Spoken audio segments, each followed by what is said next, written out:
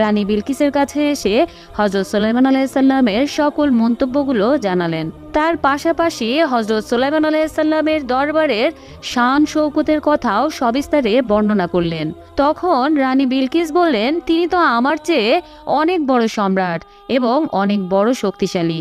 তার সাথে যুদ্ধ করার মতো ক্ষমতা আমার এবং আমার দেশের কেউ রাখে না।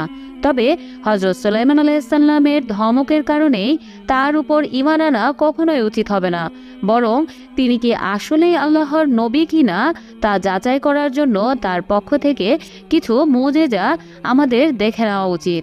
এই চিন্তা করেই রানী বিলকিস তার পরিষদবর্গের সকলকে বলল, তার পক্ষ থেকে মুজিজা দর্শনের উদ্দেশ্যে আমি দ্বিতীয়বার কিছু পরীক্ষামূলক বিষয় নিয়ে তার নিকট আবারও দূত প্রেরণ করতে চাই।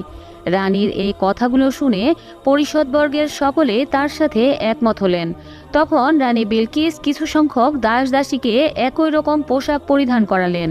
ছিদ্রবিহীন কয়েক টুকরা ইয়াকুত পাথর কৌটায় ভরে দিলেন। কিছু সংখ্যক তেজি ও অলস ঘোড়া প্রেরণ করলেন। সর্বশেষে একটি খালি বোতল দিয়ে দিলেন আর দূতদেরকে বলে দিলেন, প্রথমে সুলাইমান আলাইহিস সালামকে তোমার দাস দাসীদেরকে পৃথক করে দিতে বলবে। এরপর লোহা বা অন্য কোনো যন্ত্র দ্বারা ছিদ্র না করে অন্য কোনো উপায়ে ইয়াকুত পাথরে ছিদ্র করে দেখাতে বলবে। তৃতীয়ত, তেজি ও অলস ঘোড়াগুলোকে পৃথক পৃথক করে দিতে বলবে। চতুর্থ নম্বরে খালি বোতলটিতে এমন পানি ভরে দিতে বলবে যেই পানি আকাশ ও মাটিতে কোনো জায়গায় পাওয়া যায় না। রানী বিলকিসের সকল প্রস্তাব বলা শেষ হলে দূতেরা রানী বিলকিসের পক্ষ থেকে সমস্ত জিনিস নিয়ে সুলাইমান আলাইহিস সালামের দরবারের উদ্দেশ্যে রওনা হয়ে গেলেন। সাহারা মরুভূমি পাড়ি দিয়ে আস্তে আস্তে তারা সুলাইমান আলাইহিস সালামের দরবারে এসে উপস্থিত হলেন এবং হযরত সুলাইমান আলাইহিস সালামের নিকটে উপঢৌকনগুলো পেশ করলেন এবং উক্ত দূতেরা রানী বিলকিসের সকল প্রস্তাব হযরত সুলাইমান আলাইহিস সালামের নিকট ব্যক্ত করলেন।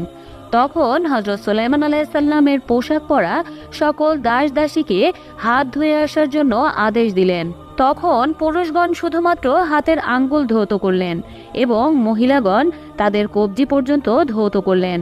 আর এর মাধ্যমে হযরত সুলাইমান আলাইহিস সালাম বলে দিলেন, এদের মধ্য থেকে যারা শুধুমাত্র হাতের আঙ্গুল পর্যন্ত ধৌত করেছেন তারা হচ্ছেন পুরুষ, আর যারা কবজি পর্যন্ত ধৌত করেছেন এরা হচ্ছেন মহিলা।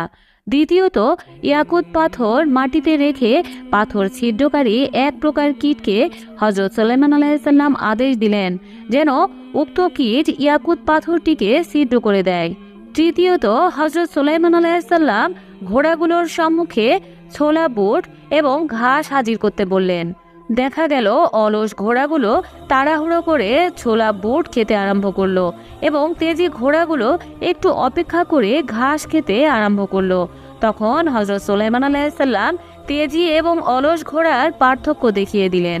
এরপর হযরত সুলাইমান আলাইহিস সালাম উক্ত খালি বোতলকে আনতে বললেন। তখন দূতগণ সুলাইমান আলাইহিস সালামের কাছে পেশ করলেন। হযরত সুলাইমান আলাইহিস সালাম বললেন, এই খালি বোতল দিয়ে আমি কি করব? তখন তারা বলল, এই পটের মধ্যে আপনি এমন পানি ভরে দেবেন যে পানি আকাশ এবং জমিনের কোনো জায়গায় খুঁজে পাওয়া যায় না। তখন হযরত সুলাইমান আলাইহিস সালাম একটি ঘোড়া উপস্থিত করার জন্য আদেশ দিলেন। সুলাইমান আলাইহিস সালাম ওই ঘোড়ার উপরে একজন আরোহীকে বসালেন এবং বললেন, অতি দ্রুত যেন ঘোড়া নিয়ে সে অগ্রসর হতে থাকে। দীর্ঘ সময় সেই ঘোড়া চালিয়ে হযরত সুলাইমান আলাইহিস সালামের নিকট এসে আবার উপস্থিত হলেন। দ্রুত ঘোড়া চালানোর কারণে উক্ত ঘোড়াটি যখন ঘেমে গেল, হযরত সুলাইমান আলাইহিস সালাম ঘোড়ার ঘামগুলোকে পটের মধ্যে ভরে দিলেন এবং বললেন, এটি এমন প্রাণীর ঘাম যা আকাশেও পাওয়া যায় না, আবার জমিনেও পাওয়া যায় না। রানী বিলকিসের পাঠানো সকল দূতেরা সুলাইমান আলাইহিস সালামের কার্যকলাপ দেখে বিস্ময়ে হতবাক হয়ে গেলেন এবং তারা দ্রুত হযরত সুলাইমান আলাইহিস সালামের কাছে বিদায় নিয়ে রানী বিলকিসের দরবারের দিকে রওনা হলেন।